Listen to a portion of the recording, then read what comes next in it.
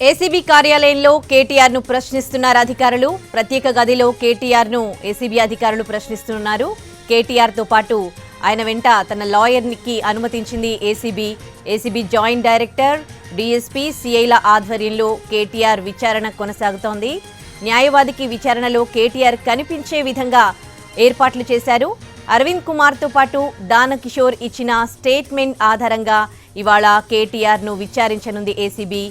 Business rules ఉల్లంఘన, HMDA నిధుల దుర్వినియోగం, కేబినెట్ అనుమతి లేకుండా ఒప్పందాలు, ఆర్బీఐ అనుమతి లేకుండా చెల్లింపు వంటి అంశాలపై విచారణ జరపనున్నారు ఏసీబీ అధికారులు.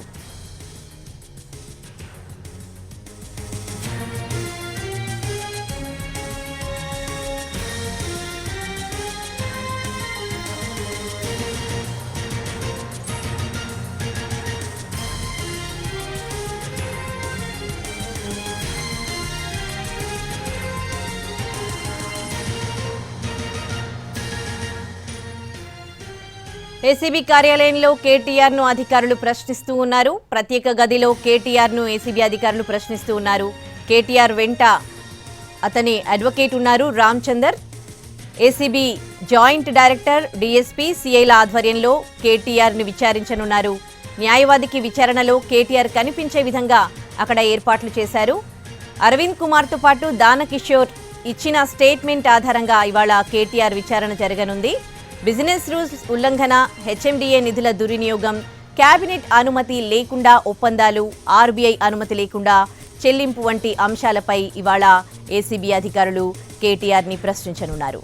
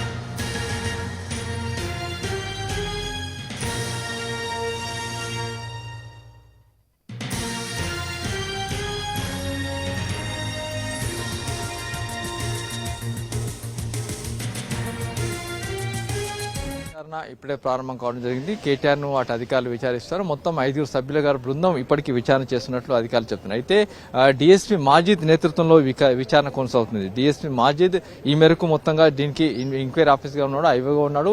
అతని నేతృత్వంలో విచారణ చేస్తున్నట్లు అధికారులు అయితే ఇప్పుడు చెప్తున్నారు. అయితే దీనికి సంబంధించి చూసినట్లయితే ఇప్పటికీ పూర్తి స్థాయిలో అధికారులు భారీ బందోబస్తు ఏర్పాటు చేయడం జరిగింది. పూర్తి స్థాయిలో ఎక్కడికి కూడా అంటే ఎవరు కూడా పార్టీ నాయకులు కావచ్చు, లేకుంటే ఇతరత్ర అభిమానులు కూడా ఎవరు ఇక్కడ రాకుండా పూర్తి స్థాయిలో భారీ బందోబస్తు ఏర్పాటు చేశారు.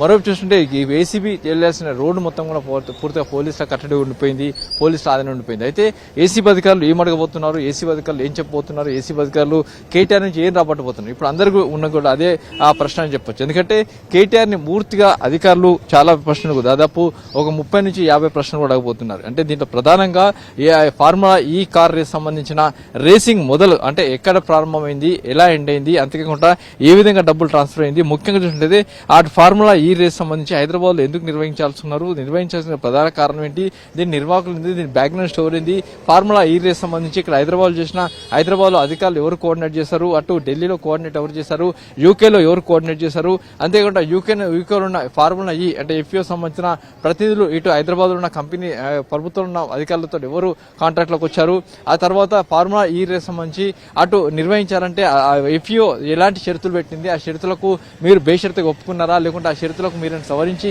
ఆ మేరకు ముందుకు వెళ్లారా, లేకుంటే ఫర్దర్ గా అటు ఫార్ములా ఈ రేస్ సంబంధించి కొంత డబ్బుతో కూడుకున్న పని. అంతేకాకుండా హైదరాబాద్ నగర నడిబొడ్డులో ఈ ఫార్ములా ఈ కార్ రేస్ నిర్వహిస్తున్నారు. దానికి సంబంధించి ఇక్కడ ఉన్న ప్రభుత్వ సంస్థల సహకారం ఏ విధంగా ఉంటుంది, ప్రభుత్వ సంస్థల సహకారం ఏ విధంగా తీసుకున్నారు, దీని తోడుగా ప్రధానంగా ఇక్కడ ఉన్న ప్రభుత్వ సంస్థలు కావచ్చు, జిహెచ్ఎంసీ కావచ్చు, హెచ్ఎండి కావచ్చు, రెవెన్యూ డిపార్ట్మెంట్, ఇవన్నీ డిపార్ట్మెంట్లు కూడా ఏ విధంగా మీకు సహకారం అందించాయి, ఏ విధంగా ఫైనాన్షియల్ సపోర్ట్ చేసాయి.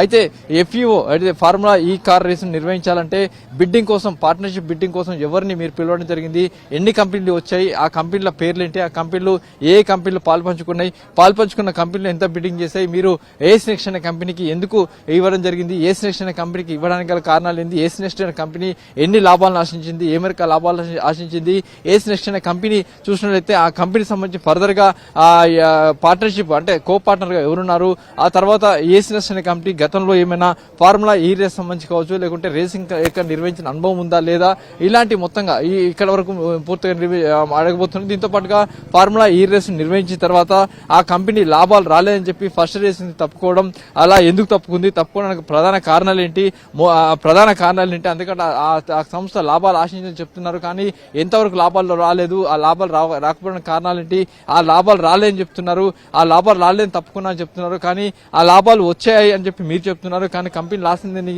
అంటే కంపెనీ చెప్తుంది.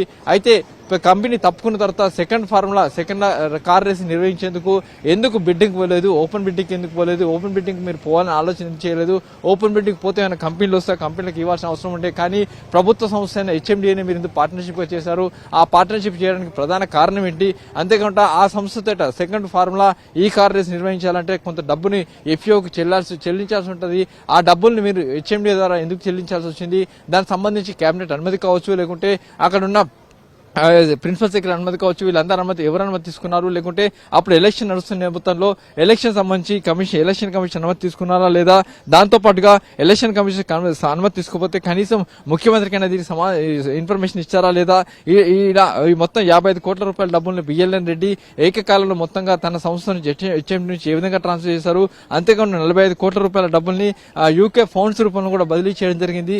ఆ బదిలీ చేయడానికి విదేశీ మార్గాలు బదిలీ చేయడానికి ఆర్బీఐ నుంచి పర్మిషన్ తీసుకోలేదు. ఆ ఎఫ్ఈఓకి చెల్లిస్తున్న సమయంలో అటు ఎలక్షన్ కమిషన్ కావచ్చు, లేకుంటే మిగతా వాళ్ళ పర్మిషన్ తీసుకుంటా వితౌట్ అనుమతితోటి ఎందుకు డబ్బులు ట్రాన్స్ఫర్ చేశారు అన్న ప్రధానమైన ఈ క్వశ్చన్లన్నింటికి ప్రధానంగా అటు అడగబోతున్నారు, వాటి నుంచి కూడా సమాధానం రాబట్టబోతున్నారు. అయితే దీనికి సంబంధించి చూసినట్లయితే ఇప్పుడు విచారణ అయితే ప్రారంభమైంది. మొత్తం మాజీతో పాటు ఏసీబీ డైరెక్టర్ తరుణ్ జోషి, తర్వాత విజయ్ కుమార్, వీళ్ళ నేతృత్వంలో ప్రస్తుతానికైతే విచారణ అయితే కొనసాగుతుంది. ఈ విచారణ సాయంత్రం కూడా కొనసాగే అవకాశం అయితే కనబడుతుంది.